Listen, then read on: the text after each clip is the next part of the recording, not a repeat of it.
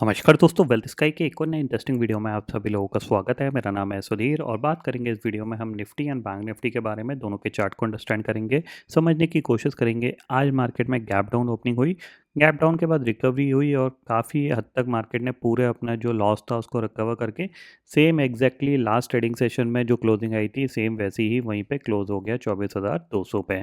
ठीक है, अब हमें यहाँ पे समझना है कि मार्केट का क्या व्यू रह सकता है और कल निफ्टी की एक्सपायरी होने वाली है, किस लेवल पे होगी उसको भी हम अंडरस्टैंड करने की कोशिश करेंगे। तो जल्दी से इस वीडियो को स्टार्ट करते हैं। सबसे पहले अगर ग्लोबल मार्केट देखें तो देखो, यूएस ईरान का जो टेंशन है वो आए दिन कभी बढ़ता है, कभी घटता है, कभी बढ़ता है, कभी घटता है। तो उसकी वजह से मार्केट में क्या है, बहुत ज़्यादा गैप अप गैप डाउन हो रहे हैं। अगर आप अभी भी देखोगे तो कमोडिटीज़ में जाओगे तो यहाँ पे जो ओवर द नाइट दोबारा से टेंशन बढ़ी, उसकी वजह से जो क्रूड ऑयल था वो आपका WTI करीब 73.46 और ब्रेंट ऑयल 78 है। हाई ऑलमोस्ट 79.80 का लगा के दोबारा से ये थोड़ा सा नीचे आके ट्रेड कर रहा है। ठीक है, अब नीचे आके ट्रेड कर रहा है तो जाहिर सी बात है हमारे लिए पॉजिटिव होगा, तो हम हो सकता है ये रिकवरी और कंटिन्यू कर सकते हैं। एक्सपेक्टेशंस यही है कि यहाँ पे मार्केट क्या है, ये जो गैप है इस टारगेट तक ये इजीली जा सकता है, जो कि करीब 24,350 का एरिया रहेगा। ठीक है, अब यहाँ पे शॉर्ट तभी बनेगा जब हम इस लेवल के नीचे ट्रेड करेंगे, जो कि ये 24,100। जब तक 24,100 के ऊपर ट्रेड कर रहा है तब तक ये पॉजिटिव रहेगा और धीरे धीरे ऊपर जाने की कोशिश करेगा। यहाँ से तो रिकवरी फास्ट आई, फिर एक ये मूवमेंट हुआ, उसके बाद मार्केट ऑलमोस्ट वहीं क्लोज हो गया है। ठीक है, अब क्योंकि मार्केट धीरे धीरे ऊपर जा रहा है तो जाहिर सी बात है बाइंग साइड पे ही रहने में ज़्यादा फ़ायदा रहेगा कंपेयर टू सेलिंग साइड पे। ये ध्यान में रखिएगा, इसलिए 24,100 के नीचे ही कुछ सेलिंग का प्लान करेंगे। 24,100 के ऊपर यहाँ पे बाइंग की अपॉर्चुनिटी ही यहाँ पे ढूंढने की कोशिश करेंगे। कल एक्सपायरी है, हो सकता है धीरे धीरे ये और ऊपर जाने की कोशिश कर सकता है। अब ओवरऑल अगर निफ्टी का मैं टारगेट यहाँ पे बताऊँ तो मोस्ट प्रॉब्ली यहाँ पे देखो, अगले महीने आरबीआई की पॉलिसी आएगी और मुझे लगता है कि पॉलिसी से पहले मतलब अगले महीने की अगस्त की 3-4 तारीख से पहले निफ्टी कहीं ना कहीं इस लेवल को टेस्ट कर सकता है, जो कि आपका 200 डे मूविंग एवरेज होगा। तो इसीलिए यहाँ पे ये क्या लग गया।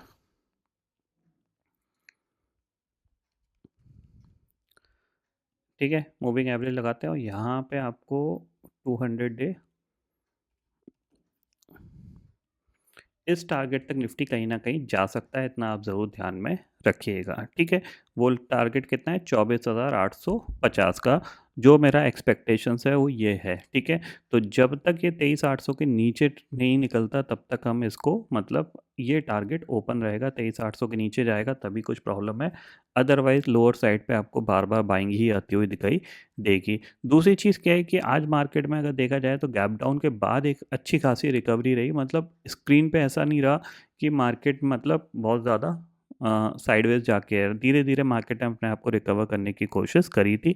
ये चीज़ अच्छी यहाँ पे दिख रही है। ठीक है, तो कहीं ना कहीं ये जो टारगेट है, ये टारगेट आपको मोस्ट प्रॉब्ली आपको 1-2 अगस्त तक आता हुआ दिखाई दे सकता है, इतना आप ज़रूर ध्यान में रखिएगा। 1-2 अगस्त तक की बात करिए, कल परसों की बात नहीं करिए।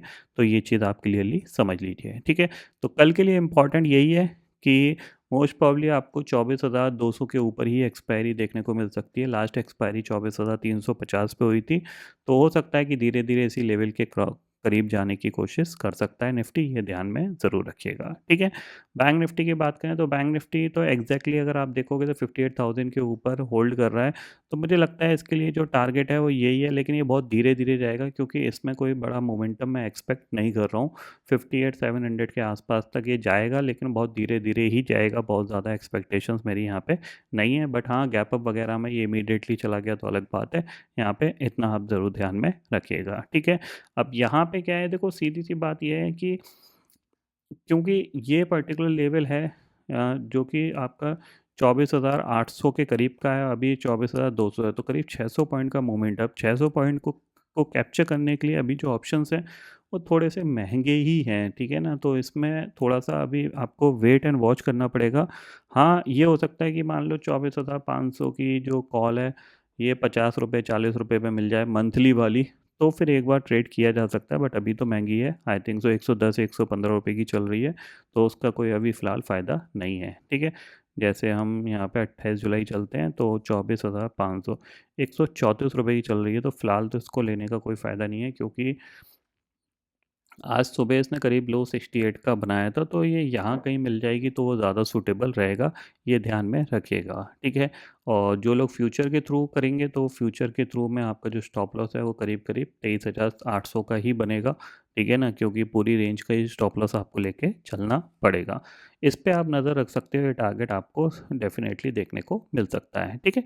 अब कल के लिए इम्पॉर्टेंट यही है कि ये मेरे को लगता है और भी यहाँ पे थोड़ी बहुत बाइंग ही कंटिन्यू रह सकती है, तो इस पे आप स्पेशली सेकंड हाफ में ज़रूर ध्यान रखिएगा।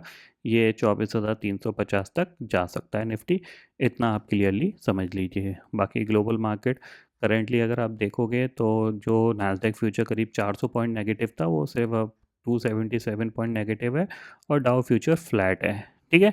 तो आई थिंक सो आपको यहाँ पे समझ में आ गया होगा। तो आई होप दोस्तों ये पर्टिकुलर वीडियो आपको समझ में आ गया होगा। दोस्तों फिलहाल इस वीडियो में इतना ही है। आई होप ये वीडियो आपको पसंद आएगा। वीडियो पसंद आता तो लाइक और शेयर ज़रूर करिएगा, और चैनल को जो सब्सक्राइब कर लीजिए, क्योंकि मैं सुधीर लेके आता रहूँगा हर दिन आपके लिए नए नए वीडियो इसी के